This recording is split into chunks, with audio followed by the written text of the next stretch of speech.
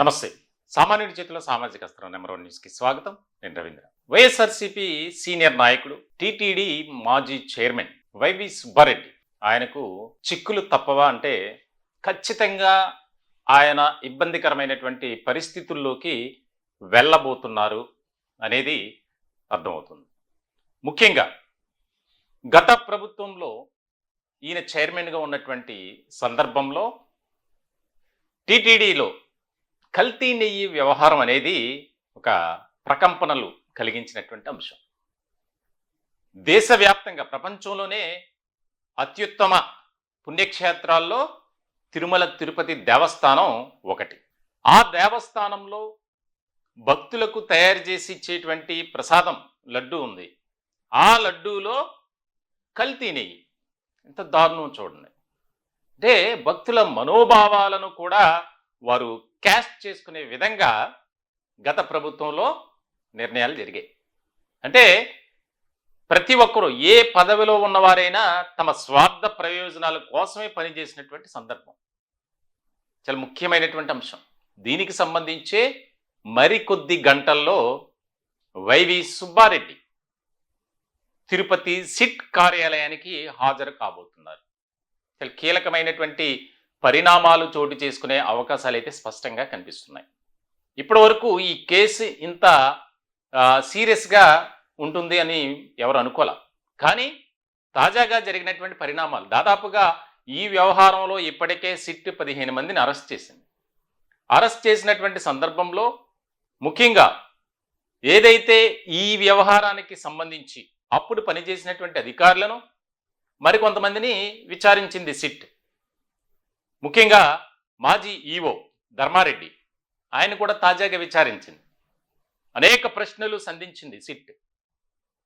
మా పైన ఉన్నటువంటి వారు చెబితేనే మేము చేసాం అంటే యథా రాజా తదా ప్రజ, ప్రతి ఒక్కరు చెప్పేది అదే. దీనికి సంబంధించి వైవి సుబ్బారెడ్డి పర్సనల్ అసిస్టెంట్ను కూడా విచారించారు. ఆయన కూడా అదే రకమైనటువంటి జవాబు ఇచ్చారు. వైవి సుబ్బారెడ్డి ప్రధానమైనటువంటి అనుచరుడు, పిఏగా ఉన్నటువంటి చిన అప్పన్న. ఇప్పుడు ఇక్కడ ముఖ్యమైనటువంటి అంశాలుగా ఇద్దరిని మనం చూడాలి. మాజీ ఈవో ధర్మారెడ్డి, ఆయన ఇచ్చినటువంటి స్టేట్మెంట్ ఆధారంగా చేసుకుని ఇప్పుడు ఈయనకు నోటీసులు ఇచ్చారు. దానికి సంబంధించి మొత్తం అంతా రెడీ అయింది. అలాగే చిన అప్పన్న, అతను బ్యాంక్ అకౌంట్ సంబంధించి ఆరా తీశారు. సాధారణమైనటువంటి వ్యక్తి, కానీ ఇప్పుడు కోట్లకు పడగలెత్తారు. ఆయన ఆస్తుల విలువ దాదాపుగా అన్నీ కలిపి కోట్ల రూపాయలే. అంటే వైవి సుబ్బారెడ్డి ప్రధాన అనుచరుడిగా 2019 నుంచి 2024 వరకు వైఎస్ఆర్సీపీ అధికారంలో ఉన్నటువంటి సందర్భంలో ఇష్టారాజ్యంగా వ్యవహరించినట్లు దాదాపుగా అర్థమైంది. ఒక నిర్ధారణకు వచ్చారు అధికారులు. ఇటువంటి సందర్భంలో వాస్తవానికి ఈ అంశం ఇంత సీరియస్గా రాదు, అక్కడతో అయిపోతుందిలే అనుకున్నారు. కానీ ఇప్పుడు అసలైన వ్యక్తి దగ్గరికి వచ్చింది. ఈ మొత్తానికి ఎంటైర్ ఎపిసోడ్లో వైవి సుబ్బారెడ్డి పాత్ర ఎంతో కీలకమైంది. ఎందుకనంటే అప్పటి చైర్మన్గా ఉన్నటువంటి వైవి సుబ్బారెడ్డి బోలే బాబాకు సంబంధించినటువంటి ఆ కంపెనీ నుంచి నెయ్యి ఆర్డర్ చేయటం, లక్షల కిలోల కల్తీ నెయ్యి సరఫరా జరగటం, ఆ కల్తీ నెయ్యితో లడ్డూలు తయారు చేయటం, ఇదంతా స్టెప్ బై జరిగింది. అంటే ఈ వ్యవహారం తెలిసినప్పటికీ నిమ్మకు నీరెత్తినట్లు, అంటే చేయించిన వాళ్ళే వీళ్ళే కదా, ఇంకేం చేస్తారు సైలెంట్గా ఉండకపోతే. దీనికి సంబంధించి ఇప్పుడు రాష్ట్ర రాజకీయ వర్గాల్లో ఒక ఇంట్రెస్టింగ్ ఇష్యూగా మారిపోయింది. తాజాగా ఆంధ్రప్రదేశ్ డిప్యూటీ సీఎం పవన్ కళ్యాణ్ కూడా సనాతన ధర్మం గురించి ప్రస్తావిస్తూ ఈ అంశాన్ని కూడా ఆయన సోషల్ మీడియా వేదికగా పంచుకున్నారు. ఇటువంటి క్రమంలో ఇది ఒక ముఖ్యమైనటువంటి పరిణామంగా మారబోతుంది రాష్ట్ర రాజకీయాల్లో. ఇప్పటికే వైఎస్ఆర్సీపీ పరిస్థితి చాలా దయనీయంగా మారింది ఒక రకంగా చెప్పాలంటే. ఎందుకంటే రకరకాల కేసులు, అనేక వ్యవహారాలు, అవినీతి అక్రమాలకు సంబంధించినటువంటి ఆరోపణలు, విమర్శలు, విచారణలు, అరెస్టులు, బెయిల్ పిటిషన్లు, ఇవన్నీ కూడా ఒక రకమైనటువంటి ఉలిక్కిపాటు కలిగించేటువంటి అంశం. అష్ట దిగ్బంధంలో ఉన్నారు జగన్మోహన్ రెడ్డి. ఇటువంటి క్రమంలో ఇదొక కొత్త అంశంగా మారింది. అంటే ఈ అంశానికి సంబంధించి వైవి సుబ్బారెడ్డి ఖచ్చితంగా అరెస్ట్ కాబోతున్నారు. ఎందుకనంటే తిరుమల తిరుపతి దేవస్థానానికి సంబంధించినటువంటి ఈ కల్తీ నెయ్యి వ్యవహారంలో సుప్రీంకోర్టు కూడా జోక్యం చేసుకుంది. భక్తుల మనోభావాలు, హిందూ ధర్మాన్ని పక్కదోవ పట్టించే విధంగా ఎంతో దూరం నుంచి నమ్మకంతో, విశ్వాసంతో, భక్తితో స్వామివారిని కొలిచేందుకు వస్తారు, పుణ్యక్షేత్రాన్ని దర్శించుకునే వారికి మీరు చేసినటువంటి పనిదా అని చెప్పి చాలా సీరియస్ అయింది సుప్రీం. మరి ఇటువంటి తరుణంలో ఈ వ్యవహారంలో, ఈ కేసులో ఇన్వాల్వ్ అయినటువంటి వారు ఎవరు కూడా తప్పించుకోవడానికి అవకాశాలు లేవు. ఒకవేళ అదే జరిగితే కనుక వ్యవస్థలన్నీ ఒకటైపోయినాయి అని చెప్పాలి. ఎందుకనంటే మన ప్రజాస్వామ్య వ్యవస్థలో రాజకీయ వ్యవస్థ అంత భ్రష్టు పట్టింది. ఏ మతానికి సంబంధించి అయినా సరే వారి మనోభావాలతో, వారి భక్తితో ఆటలాడుకునేటువంటి వారి సంఖ్య రోజు రోజుకి ఎక్కువైపోతుంది. హిందూ మతం అలాగే ఉంది, క్రైస్తవ మతం అలాగే ఉంది, ముస్లిం మతం అలాగే ఉంది. ఇక ఒక్క మతం అని కాదు, వారి ఆధ్యాత్మిక చింతనను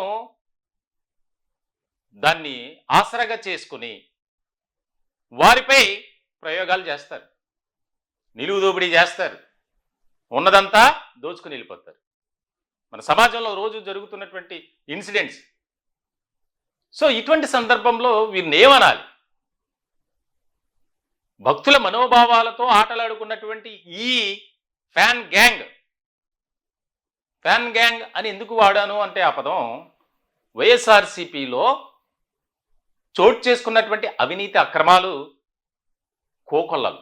దాని గురించి చెప్పడానికి ఒక 2-3 రోజులు కావాలి, ఒక 100 ఎపిసోడ్లు చేయాలి దాని మీద. అంటే అధికారాన్ని అడ్డు పెట్టుకుని అడ్డగోలుగా అక్రమాలకు పాల్పడినటువంటి ఘనత వైఎస్ఆర్సీపీకే దక్కుతుంది. అంటే ప్రజాస్వామ్య వ్యవస్థలో ప్రతి అధికార పార్టీ అదే విధంగా ఉంది. కానీ వీరు అంతకు మించి అన్నట్లుగా పక్క రాష్ట్రంలో గులాబీ పార్టీ నాయకులు కూడా అదే చేశారు, దొరికిన కాడికి దోచుకున్నారు. ఇలా అధికారాన్ని అడ్డు పెట్టుకుని ప్రజలకు మంచి పరిపాలన అందించండి అని చెప్పి ప్రజాక్షేత్రంలో ప్రజలంతా మీకు పట్టం కడితే మీరు ఏ రకమైనటువంటి అక్రమాలకు పాల్పడ్డారు, ఎలాంటి అవినీతి చేశారు అనేది ప్రజలు చర్చించుకుంటున్నారు దాని మీద. ఇప్పుడు టీటీడీ ఇష్యూ చాలా కీలకమైనటువంటి పరిణామంగా మారబోతుంది ఖచ్చితంగా. ఎందుకనంటే ఆయన ఆల్రెడీ ధర్మారెడ్డి టీటీడీ మాజీ ఈఓగా ఉన్నారు. ఒక అధికారిగా ఆయన ఇచ్చినటువంటి స్టేట్మెంట్, నాదేమీ లేదు, నేను ఒక అధికారిగా మాత్రమే ఈ వ్యవహారంలో నేను ఇదేయాను, అయినప్పటికీ నేను చెప్పాను.